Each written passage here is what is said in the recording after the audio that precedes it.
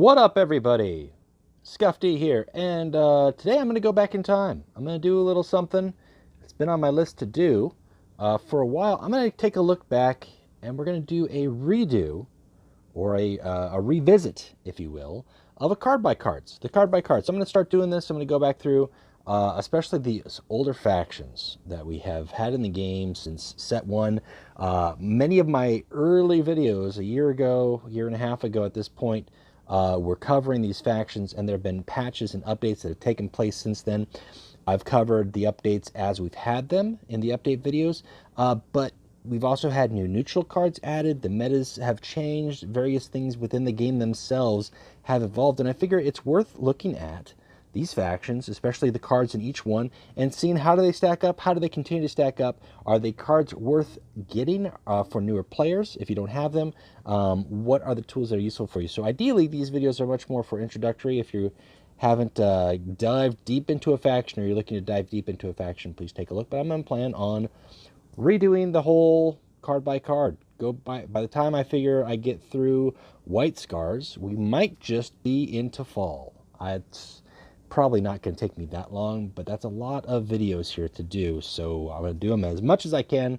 So without further ado, let's get into it. Let's talk about the Sons of Horus.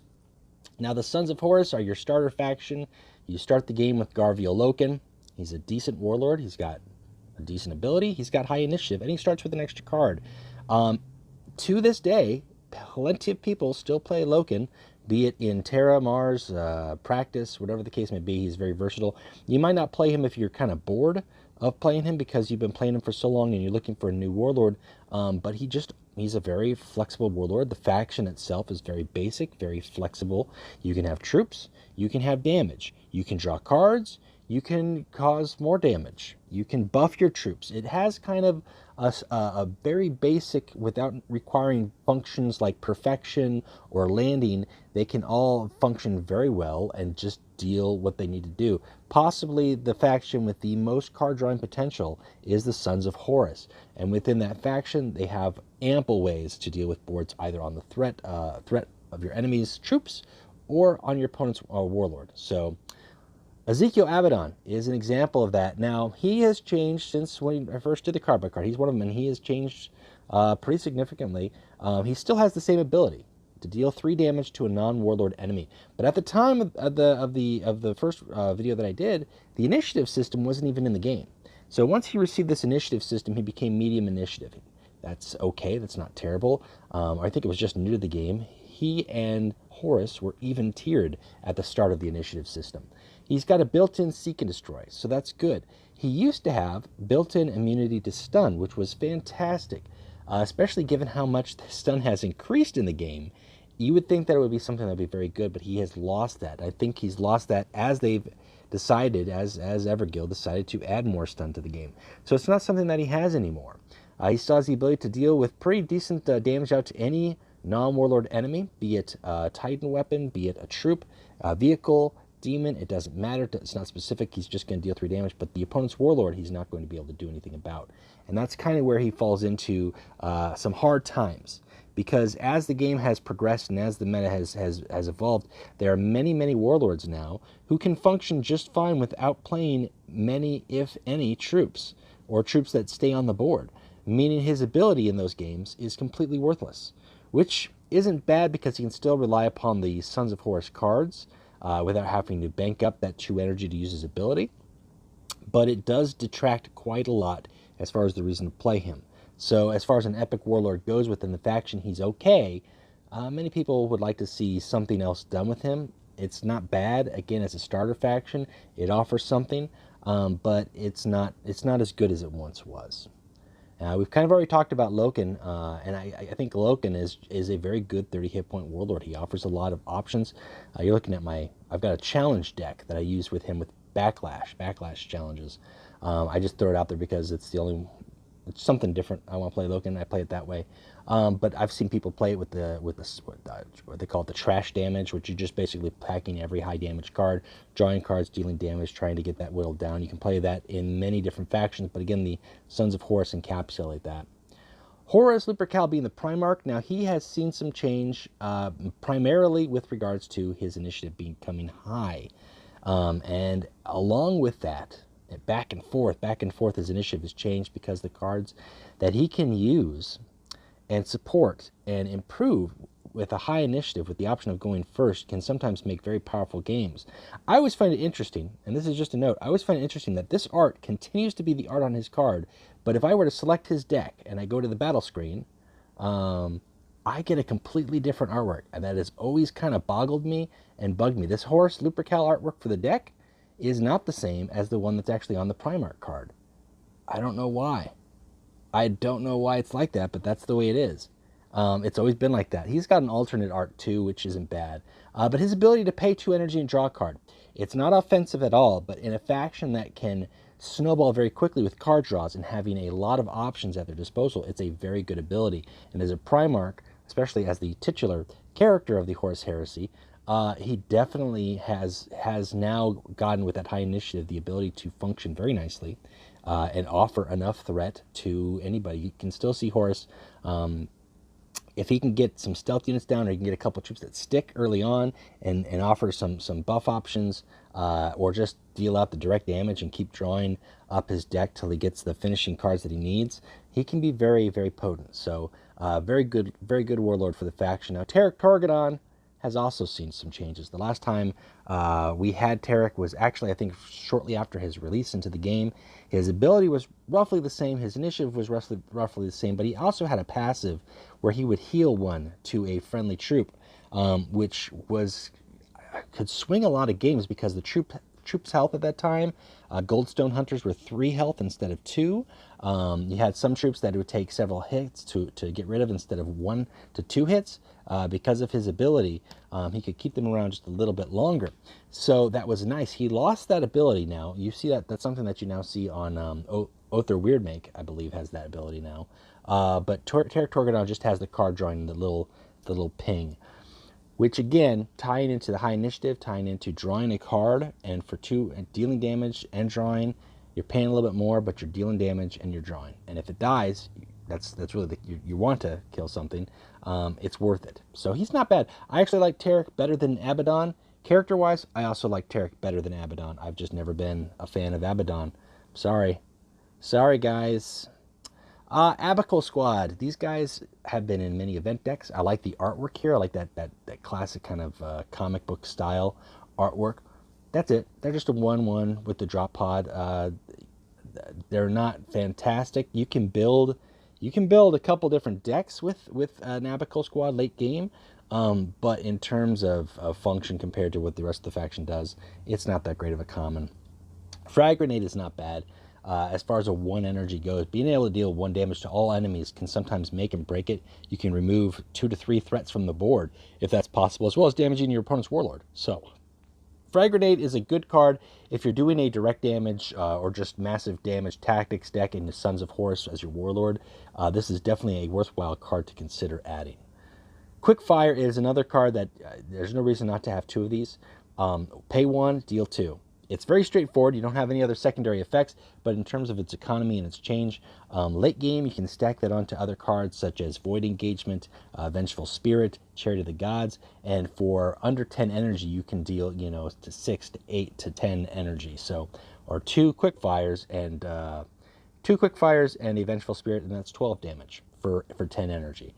It's kind of, even Steven, but at the same time, if that's going to be lethal, that can be directly on your opponent's warlord, and that's a nice thing.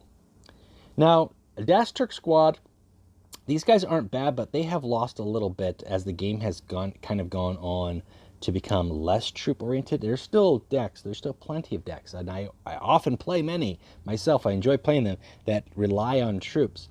But Dasturk Squad, there's a lot of that don't, or they do the fast, so their ability is okay. They're not as punishing as they once were. If you could get these guys out on turn 1, your opponent would just kind of groan inwardly. They still might a little bit, but there are other epics and other factions that operate much better in terms of this. So these guys are okay for a 2-drop within the faction, but most likely you're likely to want to stick with either Laco Squad or the Cabant Squad, both dealing more damage on using more for attack, having a little bit more impact immediately, versus these guys, you're putting them on the field and your opponent can respond to them and choose how they play their troops, or if they're going to play troops at all. Caban Squad, on the other hand, the opponent plays troop, and then you Cabant it away with 2 damage, and you've got, not only have you possibly destroyed that troop, you also have a troop on the board, so that's a good exchange. 1-for-1 exchange is always good. You don't have to have 2 of them in your deck. As a 1-of, they're not so bad. If you're leaning more into the heavy draw cards, deal damage, you don't even need to have these guys, because you could have warlords like Loken who've got that ability built in, and that's card economy. You can have other cards in your deck in that case, or you can have, Abaddon, so you can destroy. It deals more damage than that for the same cost. So Lacko Squad, again, these guys have got drop pod, so that's the 1-up sell. They've got 3 attack, they do a little bit more, but technically on arrival they've got 4 health. So it's going to take 2 actions. It's going to take an attack and another attack, or an attack and a tactic, to break the drop pod and kill these. Most likely your opponent often won't respond, or responds very lightly to a Lacko Squad, just simply the fact that they are going to go away. But that can really actually work in your favor depending on what other tactics you include in your deck. If you're including something that's going to give them a higher attack or cleave 4, they're not bad. Early on, they don't offer as much if they're just thrown down without support, but if you can support them on your following turn, you might actually get more out of it. Resupply is a classic 2 for drawing 2. Talking about drawing cards, this is a good card. You could make an argument to not have 2 of these in a Sons of Horus deck, especially if your Warlord is Horus and you've got a built-in card draw. You might only need to have 1, if that. But it's a good card. It gives you card advantage. Drawing more cards, as I've said, gives you more options. In terms of duplicating, Second Wave is not bad. I like Second Wave. I actually got that in my my Backlash deck because I can duplicate all my Backlash characters. But this is a great card late game, mid game, even if you're throwing down like a Jubok or a Goldstone, you play it up with the Second Wave, you duplicate that card, you've got a second one in your hand, maybe 2 even, and that can do a lot. This card has not changed much. Actually, I don't think this has changed at all. And it's still a very good card. Its cost is very simple, very basic. The only thing with it is it relies on you having troops, or having troops on the board. So you don't necessarily include this in a deck that you're playing just damage tactics. If you want to aim in that direction, Second Wave is not going to be included in your deck. But if you are including, at least 8 to 10 troops in your deck, this is worth including in there, because you could technically turn those 8 to 10 troops into maybe 11 to 12 troops, depending. Or maybe 10 to 12 troops. Smoke Grenade is very good. It's a good card. It's a 1-of. I think it should be in most Sons of Horus decks. It's just as a 1-of. For 2 energy, you stun an enemy. It can be a Warlord. It can be a troop. It can be a Titan weapon, and you draw a card. And late game stuns sometimes can make and break. Now, there's a lot of stun in the game, but there still is only very minimal stun removal. So if your opponent is not packing stun removal, or you've seen them use some of their other stun removal cards for either healing, not thinking that you're going to play this card, you have a high chance of buying yourself some time, and this can make a huge difference. Smoke Grenade is very powerful. I would recommend having one of those in your deck. If you see that in the shop and you're a starting player and you don't have that, pick up one. You won't regret it. Do not pick up Abaddon's Chosen. Abaddon's Chosen continues to be a terrible card. And I hate saying that. I hate saying cards are terrible. This card used to cost 4 energy. But this is it. It just gives shield to a friendly troop and you draw a card. It's not doing anything for you. You can get a Mechandrite for 1 energy that gives you shield without the card draw. For 2 energy more, this is giving you a card draw. That's a big upswing. This should cost 2. 1 for the shield, 1 for the card draw. It doesn't. It costs 3, and you have to have a troop on the board. So it's not like you can even give it to your Warlord. In terms of pose and artwork, it's cool, but in terms of card effect, it's not worth including. It's not. I mean, early on, maybe if you have no other options and you're looking to fill 30 cards in a deck, it might work, but it's not going to benefit you as well as some other cards will. Bane Strike Round is a rare that will benefit you. Now, this card has seen some change. It used to give like +4, +0, just flat. Now it gives +1, +0 for each enemy unit, which means right off the bat, it's just a +1, +0 for your opponent's Warlord. If they've got 2 to 3 units, then it's going to get stronger, and so on and so forth. It's lost some of its attraction, especially with like the Horus decks where it would run like Beast of Pythos, or even another stealth unit that would be in the game. Pick any of them. Pick any of the cheap stealth units that you play for 2 or 3 energy, follow it up with the Bane Strike Round, and deal like 7 energy that your opponent can't touch. That has gone away. That has gone away a little bit. You still see a Bane Strike round here and there, but not 2 of in every deck. You're going to see 1. Like this deck here, this Horus Lupercal deck. Boy, this thing, I got to dust this thing off. This is from, does this even have, does it? No, it doesn't. Okay. I was wondering, this has got the Monster Pythos in there. So I did play this at some point in time, or I was building it at some point in time. Yeah, I'd put 1 of, if that. I think actually you might get better usage out of the other rounds down the road. Groger squad is good. 3/3 fast. Fast troops are the best troops. That's just straight up. That's the way it is in this game. If you've got a troop that's fast, fantastic. If you've got a troop with flank, good. If you've got a troop with rally, good. Or fantastic, great, good. Rate it in that order. Groger squad is good. They have 3 health too, so that means that they're going to stick around unless they're attacking a warlord like Angeron or Rom, somebody who's got 3 attack health, which is good because then that forces your opponent to do something to react to them or take the 3 damage again. So you can get anywhere between 3 to 6 to higher if you've got a Bane Strike round or some other card that's increasing the attack. I think the last time I did, the very first video I did with the card by card in the Sons of Horus, Alpha Thetas were a thing. They were creating Mechindrites that would be Bloodthirst Mechindrite, at the time was +3/+0, and you could throw those down, and those created that at the end of your turn instead of as a Relentless. So it was a whole different game, guys. It was a whole different game. Let me tell you, some other time. Right now, let's talk about Coggart Squad. 3 for 3/3, and they've got Drop Pod. These guys aren't bad. They're not bad for a faction card. If you're looking for a faction card or Nastartes to play, they're okay. Technically, they've got 5 health on the turn that they come in. The argument could be made, is it worth it? Is there better neutral cards to play it for 3? There probably is. It just depends on your deck. And I think there's a card down here we're going to get to that I'm going to point out at, just that can go with a deck like that.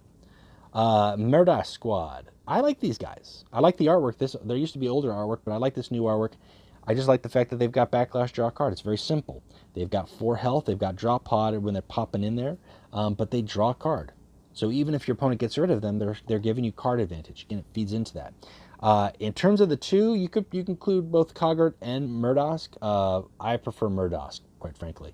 Now, Saprati Squad has changed. These guys, I think, used to be 2/3. They are now 2/4, and they synergize much more with the theme of the Chaos, the Sons of Horus falling into Chaos. So these guys gain +1/+1 when you play a Chaos card, which can be anything between the demons, the tactics. And if you're building a deck that offers or includes a lot of Chaos cards, these guys can very quickly become strong. And if you play them late game for 3 energy and you play another 6 energy and Chaos cards, these guys can go up very fast and then go up again the next turn if you play more cards. So these are not bad. These are a good card to include in your deck so long as you're building it a certain way or you want to include a lot of Chaos cards. A lot of folks will do like the Whispers deck for Horus Lupercal. And his Whispers, let's just take a look there. He costs -1 for every time he plays a Chaos card. Whispers of Chaos. So every time he plays a Chaos card. So you got to play 10 Chaos cards to get it to cost 10. But once he goes into Whisper form, he's very powerful. He can deal 3 damage and stuns an enemy. Just Warlord, Troop, doesn't matter. That's powerful. If you want to build your deck that way, if you've got Horus and you want to go for the descent into Chaos, as it were, that's a way to go for it. And it would be worthwhile including a Saprati Squad. You throw down a Saprati Squad, some Nurglings, some Marks of Chaos. These guys can very quickly become a problem. Stalker rounds, I don't see enough of. It's okay. It's okay in the fact that it gives your troops sneak attack, and that means your lower health guys, your 2 health, 3 health guys, stick around for a little bit longer. Or even your fast guy, your Groger, can you throw them down, and they keep their 3 health instead of going to 1 health. But for that 3 tactic, that 3 energy tactic speed, there's some other neutral cards that are much better and that are more either defensive or like Informant Network or something that's going to be better off, like a Crack Grenade. Like it's a little bit more specialized, but does a lot more than just giving your opponent's sneak attack, or giving your troops sneak attack. So it's okay, but there are better options. Now, Treachery is going to be an option there that is... It's one of those cards that you see when you start playing, and it seems great. And if you have multiple Astartes troops on the table, It's a very good card. 3 or more, you're getting a decent value with this because you can get 3 to 4 to 5 marks of chaos. But if you only have 1 Astartes, you're paying 3 energy to give a mark of chaos to it. You're better off including a mark of chaos, or better yet, just don't include that at all. Chariot of the Gods is a staple for the Sons of Horus. There's no reason not to have 2 of these. I believe you get 1 of these out the gate when you start playing, and you should work very quickly to try to get a second one, because having 2 of these makes a lot of difference in those early games against other opponents, dealing 4 damage to their warlord to win the game or take out a nasty troop. You're also drawing a card. Chariot of the Gods sets the standard as a starter faction. The Sons of Horus is a starter faction. As a starter faction, this card is the card that sets the standard for all direct damage tactics that every faction has got in some degree. They're either paying for energy for a similar effect without the drawing a card, or they're paying more energy for a more powerful effect, or they're paying a little less energy for a little less effect. But ultimately, that 4 for 4 plus draw is the benchmark.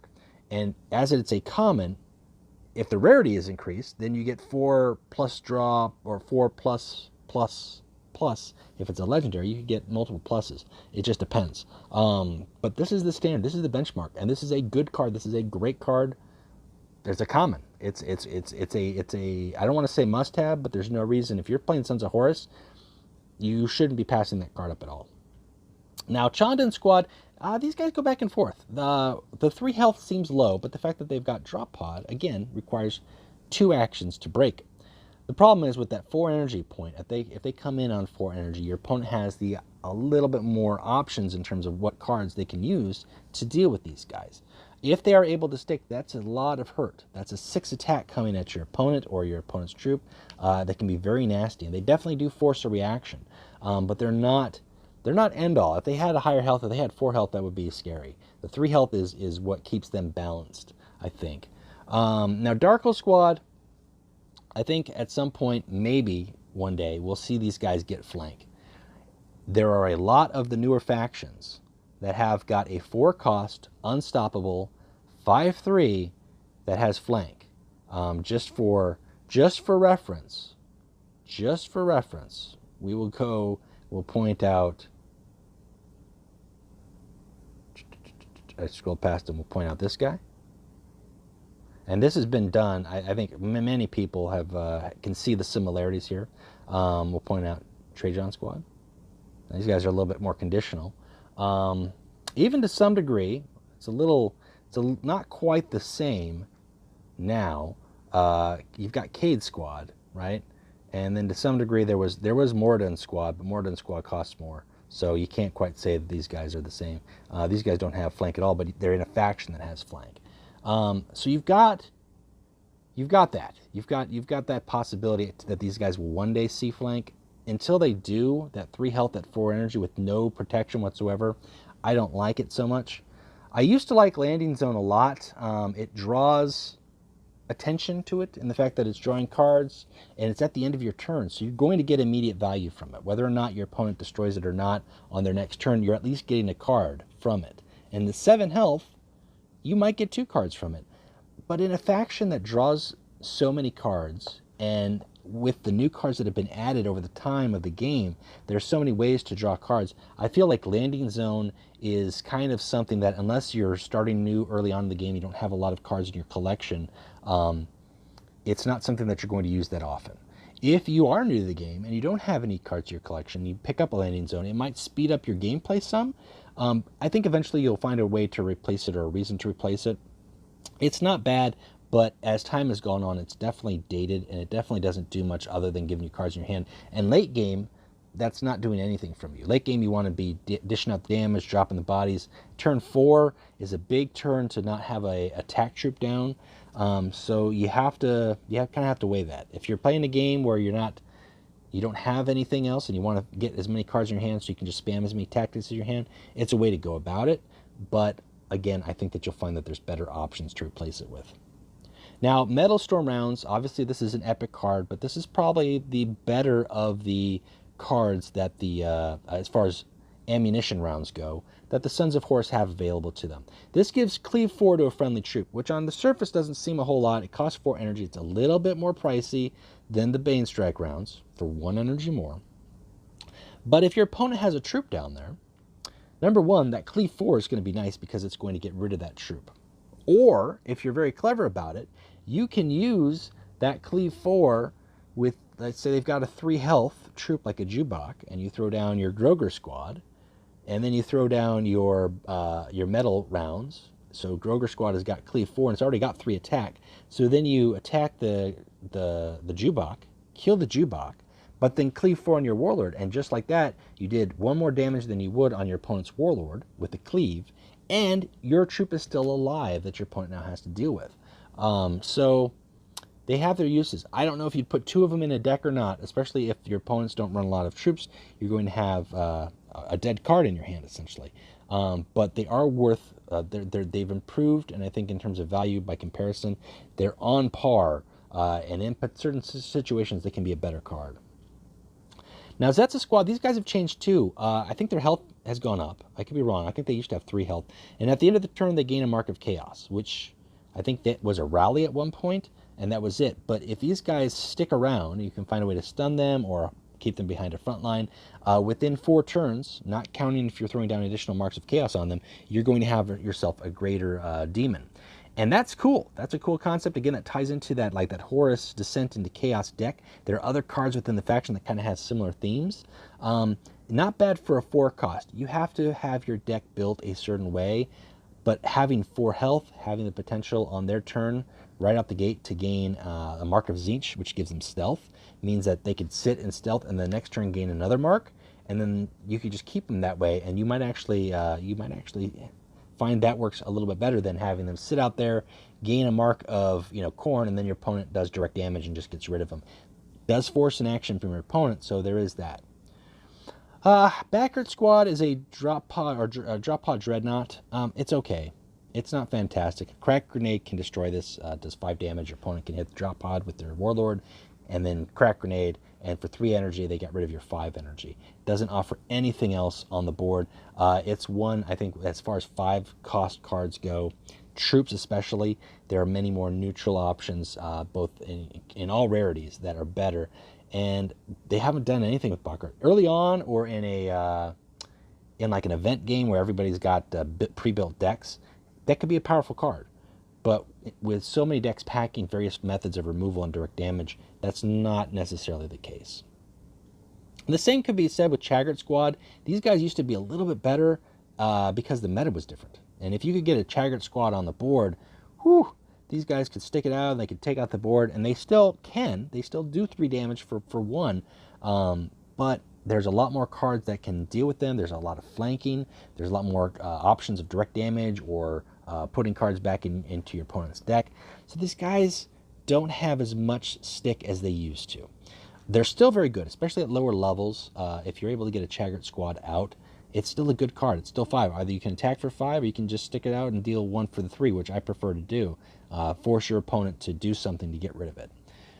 It's a good card. It's not as strong as it used to be, but, it's not bad. It's not bad.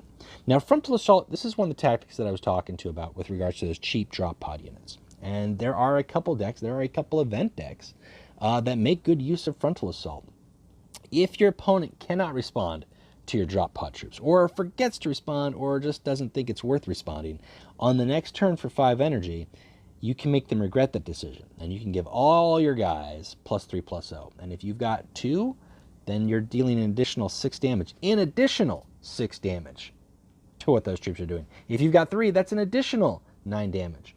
It doesn't seem like a lot, but if you happen to play, 2 of these guys, and let's just say 1 of these guys, maybe even you threw it down 1 of this guy or something like that. That's just 3, 6, 8, 10, plus 9, 19 damage. Can be now, obviously, it's a glass cannon, right? You can break it very easily. They all have 2 health. They've all got low health. It's very susceptible. You can kind of see it coming, talking about telegraph play. Speaking of telegraph play, I did a video on that in terms of you can kind of, in the training cage series, how you can see what your opponent is going to do. Frontal assault is a telegraph play. But if you don't do anything about it, or you forget about it, you will regret it. Is it a card that you can build a deck around? Absolutely. Is it easy to pull off? Not so much. It's possible. It's possible for 5 energy. That's early enough in the game where you can make some actions without having to rely on or worry about entire board wipes, mostly. But it's not like super easy. It's not super easy, but it is definitely possible, and it's fun to see when a player does that, or when an event deck kind of pulls that all together and you just dish out like massive damage. You're essentially, either doubling to tripling your lethal range with those troops on the board. Now, Tarik Squad, these guys are just some good old-fashioned beefy dudes. Cleave 4 attack, 5 health. There's nothing not to like about this card. I've always liked this card. I've liked the way that it hits. I like the threat that it poses to your opponent's troops. I like the fact that, they're packing Metal Storm rounds. I just like that. And their assault cannons. I just like it. I like this card. Early on, they're really good. Late game, if you're late in the game, or late into the collection, if you're playing opponents who don't have any troops, they're not going to be as great, but they still have 5 health, so they might stick around, and dealing 4 attack is not something to be scoffed at. Now, talking about other cards that set the standard. We've talked about Trade of the Gods setting the standard as a core faction for direct damage. Outflank sets the standard for hard removal cards. This is a destroy an enemy troop. Most every faction, there are several factions that do not have hard removal, but most factions have a hard removal, and they base the scoring to some degree off of how outflank works. For 5 energy, you should be able to destroy an enemy troop. If it costs less than 5, there tends to be some sort of drawback or some additional price that you have to pay. If it costs more than 5, you get a little bit extra out of it. If its rarity is higher, again, you might get a little bit more, and that might reduce the cost because it's harder to get. If the rarity is super high, you might get a lot more out of it, and so on and so forth. To all varying degrees, as far as hard removal goes, outflank sets the bar. Very basic, destroy an enemy troop. You're not drawing a card, you're not doing anything else, that's all you're doing, but a very powerful card. For 5 energy, unless it's got ward on it, it's gone. And at the time, when this faction was out, there was no ward. And that's kind of the score system that they've stuck with ever since then. So there's nothing wrong with this card. This is a very good card. Early on, if you're playing as a new player, you want to have 2 of these, because you're probably going to encounter a lot more troop-based decks. And 2 outflanks, especially late game, when your opponent throws down like an 8-drop troop, this will save your bacon. Later on, you might weed out down to like 1 outflank, but it's always worth having. It's always worth having. You'll never regret it. Sargar Targost. This guy's not bad. He's. I mean, for 5, you're getting a drop pod. You're getting a 5 attack. You're getting a 7. If your opponent cannot answer him immediately, it's gonna hurt. It always does. It always does. The fact that he can pay 2 energy to give marks of chaos to your starter's troops, that's kind of cool thematically. That's okay because he was the Lodge Master of the Sons of Horus. But it's not necessary unless you're playing with like a lot of Astartes, or you're doing something memey where you want to see how many Devourer of Worlds you can put out on the board, which you can if you time it right. You can get like 4 or 5 and then just like shut your energy pool down, but it can be done. And that includes him. So you can give a mark of chaos to your Astartes troops. That's him too. As far as legendaries go, that's a good legendary for the faction. Scrota Squad, I don't like the artwork. They got a rally. They can gain a mark of chaos, which can, I mean, with a drop pod, could make them 8 attack with drop pod. That's not bad, but that's all they're doing. They're not doing damage. They don't have any other immediate impact on the field. And in terms of what you want your faction to do, especially the Sons of Horus, you want to hit hard, you want to hit fast, and I think as far as 6 drops go, you're better off dealing with other tactics, other neutral cards that are going to either change the tide of battle, act as protective front line, or spawn additional troops, whatever the case may be. They're okay, but they're not excuse me, they're not fantastic. I also think Thunder of Horus is not fantastic as well. I think this card comes in the starter again. 8 health is beefy, but that's it. It doesn't do anything else. This is a card that you really want to replace early on. This isn't really a card you want to see in your hand. 4 attack, 8 health. I mean, can withstand a crack grenade, but it's only doing 4, and that's usually enough to destroy a troop or two. And it's for cost wise, with no impact to the game, no enhancements to other troops, no damage dealt, no passive effects. Worth choosing another card over it. Now, Vadark Squad, again, kind of going back to that theme, that descent into chaos for the Sons of Horus. If you're playing that deck, that's a deck that you include the Vadark Squad in. These guys have got a rally that just can beef them up massively for each friendly troop with a Mark of Chaos. So if you've got 2 troops with Mark of Chaos, he's going to become a +4/+2. That's a 10/8 in a drop pod. That's bonkers. Now, that's tricky to do. It's harder to do than you think, but it's not impossible. And it's not something that your opponent wants to see. And these guys are Astartes. They're not a vehicle, so they can't be destroyed by like an Urtia Malevolus or Melt-A-Bomb. They've got to be dealt with something like an outflank, or at that point in the game, like a Perfection's Flight, 6 energy. Maybe even your opponent could deal with like a Conqueror or something like that. That would hurt, but it forces a big reaction, because if they don't, they are going to get punished.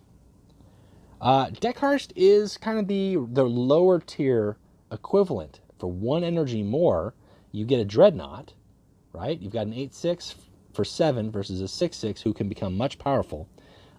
He does not have Drop Pod, and he's got an ability that deals 2 damage to all enemies. That's cool, but he's a vehicle, and he's got 6 health. He's got lower health because he doesn't have that Drop Pod. He can take a Crack Grenade and a Seek and Destroy, or 2 Seek and Destroys. Anything that kind of just destroys a vehicle outright, they can dash that out. You don't see him as often. I would pass on him in terms of 7 energy. I would rather have a Vadark. Now, obviously, rarity-wise, Deckhurst is rare versus epic. But if you're getting into that point, you want to have a 7 energy card, you may want to look into the Imperial Army faction or the Mechanicum faction for offering stronger cards or better stats that are not vehicles, or that are vehicles but have a higher health. Now, Malgahurst is probably, I would argue Malgahurst could possibly be the faction's 2nd best legendary. Not counting Horus Lupercal, not counting the Primarchs or the Warlords. The Warlords are just separate. I would probably say Malgahurst is probably their 2nd best legendary. That's just a great ability, and you can come out on 7 energy. That's a big body that your opponent has to deal with. If your opponent cannot deal with him with his troops, he's going to have to deal with him with tactics. And unless he jams Malgahurst, Malgahurst is going to copy whatever tactic that you use to get rid of him. So you're basically giving your opponent a free hard removal, or 2 to 3 extra tactics, because you're playing tactics to get rid of him, or stun him, or keep him away from you. This guy is just a really good card, a big body that takes a lot of heat off of your Warlord and puts a lot of pressure on your opponent. And because he's copying tactics, it can really change how your opponent has to respond to them. When you have to force your opponent to respond to your play, that gives you an advantage. And just for him being on the board, you have an advantage, because now your opponent has to say, okay, I've got 4 tactics. If I play any of these, my opponent's going to get them, but I've got to play this one first because he's going to copy it, and then I don't have enough energy to play that one. So it's a very good card. Again, I would probably say that's the 2nd best legendary in the faction. Jordan Land Raider, I see these in event decks more than I see them on play. It's okay. It's not fantastic. As far as an epic goes, it's got a nice passive ability, especially if you are dropping down fast troops, like your Groger squad. But it's not great. It doesn't give them +1/+1 stats. It just simply gives them +1/+1 while the Jordan Land Raider is there. So it doesn't even, like, if the Land Raider goes away, they lose that buff. So it's not fantastic. Valak Predator, although it's got 6 health, this is one that has an immediate impact in the game. Early on, I think you get one of these in the starter or very close to it. It deals 3 damage to the enemy Warlord, which sometimes could be enough to take them into lethal range. For 10 energy with Loken, that's 5 direct damage to your opponent's Warlord. And that's just with Loken. You could have it scaled down some more, or if you had like 2 quick fires, then you're for 10 energy, again, you're doing 7 damage. So Valak Predator, not bad. You could make an argument to include them in every deck, but as your collection goes on, if you don't have it, or eventually you will get it, Vengeful Spirit will be the card that takes up your big 8 spot. That's your first 8 cost. Anything else that you put in there is filler. This is their finisher. And again, as a staple, as a starter faction that sets the standard, Vengeful Spirit sets the standard for finishers. 8 for 8 plus draw card. 8 for 8 plus draw card. So other finishers, as they've evolved, have either cost less and they require something trickier. They cost about the same. They do something differently. If their rarity is lower, then that will impact too. But roughly, you're paying 8 to do something and draw. Conchador is a prime example of a card that costs less with a big drawback. You give it to your opponent if you play it. So you only use it as a finisher. You can never just use it to get rid of a troop, or you could, but you don't want to. It costs less, it can combo more, deals 1 less damage, and there's a drawback. Vengeful Spirit, no drawback, deal 8 damage, draw a card. If that 8 damage wasn't enough to kill them, hopefully what you drew will be, or on your next turn at least should be. And then you've got the Punisher, which I suppose as a starter, like if you were a newer player and you picked up the Punisher as a legendary for the faction, it's not bad, because if it sticks around, for 4 energy, you're dealing 10 damage. But as you go higher in tiers in the game in terms of cost for this card, cost for what it does, and direct counters to a vehicle, this card quickly loses steam, especially in a faction that for 9 energy, you could put down this tank that next time you could deal 10 damage with. Or for 9 energy, you can deal 8 damage right off the gate and then quick fire, and then that's 10 damage. So 10 damage for 9 versus 9 energy for not doing anything on your turn. There's a big trade-off there. Again, if you don't have those cards, that's what you would probably opt in to include the Punisher. But I would argue that the Punisher is not one to pick up unless you're trying to complete a collection. It's not worth it. It's not worth it. The same could also be said with, again, depending on what deck you want to build. Second wave, not entirely worth it. The ones that you're going to want to pick up as far as legendaries go in the shop, definitely Vengeful Spirit, Malgahurst, and Surgar Targost. Those guys are your 3 legendaries for the faction, worth getting, that you'll be able to get. Primarchs don't come in the shop that often. If you do see Horus Lupercal in the shop, pick them up. If you see any Primarch in the shop, pick them up. But non-warlords go. Those are the 3 that you're going to want to go for. Now, Fellblade Katak, I've seen these in decks every now and then, just as a surprise. They destroy a random enemy troop, and that late in the game for 10 energy, your opponent might only have 1 troop that they were counting on, and you destroy it. It can go both ways. Sometimes it works, sometimes it doesn't, but 10 for hard removal, for a random hard removal, versus 10 for, 10 damage plus, I don't see Fellblade Katak as often. I do see Seduction of Chaos from time to time, in terms of taking control of an enemy troop. That used to be very powerful. As we talked about, the game had a lot more focus on troop decks, a lot more people having troops. Seduction of Chaos was changed a couple times. At one point, you took control of them and you were able to use them on that turn as if they had flank or fast. They scaled that back because they realized that was a problem. This is still very powerful, especially if your opponent puts down their big legendary, their nice 8-cost, 9-cost legendary card, and you steal it. And now what? Now I've got your card. He's mine. And it's a good counterplay. I wouldn't put 2 of these in a deck. As you can see, I own 2, but I wouldn't put 2 in a deck. I think that's just overkill, and especially as the game has progressed, you're very rarely going to have an option to use it more than once that's worthwhile. Like if you're paying 10 energy to steal a 4-cost card, I hope it's to win the game, because otherwise no, just don't do it. Just don't do it. So that's it, guys. That's the Sons of Horus card by card recap, redo, revisit, remake. It's a reboot. It's a card by card reboot. That's what it is. Yes, that's what I'm going to call it. The light bulb above the head. So I hope that's been beneficial. It's more for, especially as a Sons of Horus faction, more in line for the newer players, or the players who want a little bit more like, maybe they saw a card by card video The card by card video I did, like I said, was like a year and a half ago, or somebody else's take on the Sons of Horus, and the game has been updated since then. We've had new factions, the meta's shifted, new neutrals added to the game. I think overall, it's good to take a look and go back to some of these factions and see how they have evolved. Some of these cards have changed. Some of these cards that were like, oh man, that card's on the board. It's still kind of like, eh, but it's not the same. Like, there's so many ways to deal with a lot of these cards, and now it's using cards in conjunction with them. You know, frontline cards, or cards like, just going into the Imperial Army Troop, the fact that abandoned supplies did not exist at the time. The fact that you've got cards like supply lines, right, to get your vehicles cheaper. You can do a whole vehicles deck if you wanted to do that. If you really wanted to deal with direct damage, there's way more direct damage cards that exist in the game. You know, not counting little situational ones like Exorcism or Crack Grenade. We just have, just recently, where is it? Warp Assault, right? This was just added to the game, but in terms of like a Sons of Horus deck, Descent into Horus, Chaos card that deals damage, and you get a Demon, which is a Chaos card. Okay.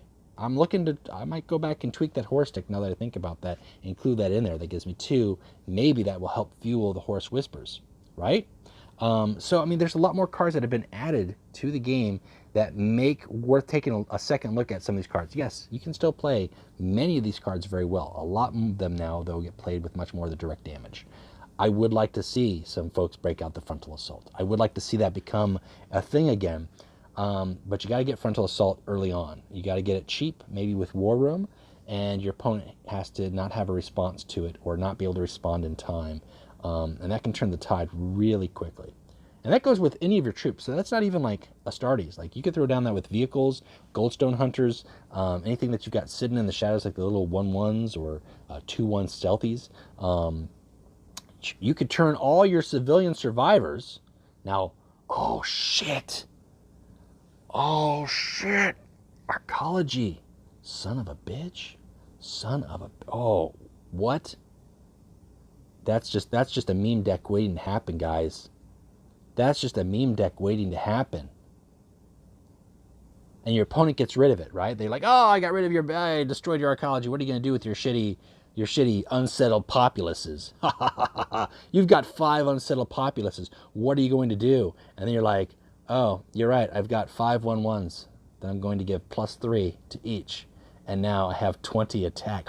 Oh, shit. I'm going to do that. It's just for the memes. This is completely unrelated. This just like blew my mind. Oh, yeah. Let's do it. All right, guys. Now I'm stoked. My fires are stoked. I'm going to do it. I'm going to make it work. It's going to be fun. It's going to be fun if I do it one time. If I get it off one time, it'll be worth it. So, all right, that's it for me, guys. Hope this was beneficial for you. Hope this little tidbit here at the end, if you're a veteran player, was more beneficial for you than the other stuff. But if you're a newer player, I hope that the Sons of Horus card by card was definitely worth to take a look. I'm going to keep doing these old faction revisits because just as we've seen, man, we got new stuff blowing our minds even now. So that's it for me, guys. Until next time, keep playing Legions. If you liked what you saw, you want to see more, please like the video, subscribe. This is way late into it to plug myself, but if you haven't done already, share the video, let others know, spread the word, and I appreciate every single one of you guys liking and subscribing. And we'll talk to you later. Thanks. Bye.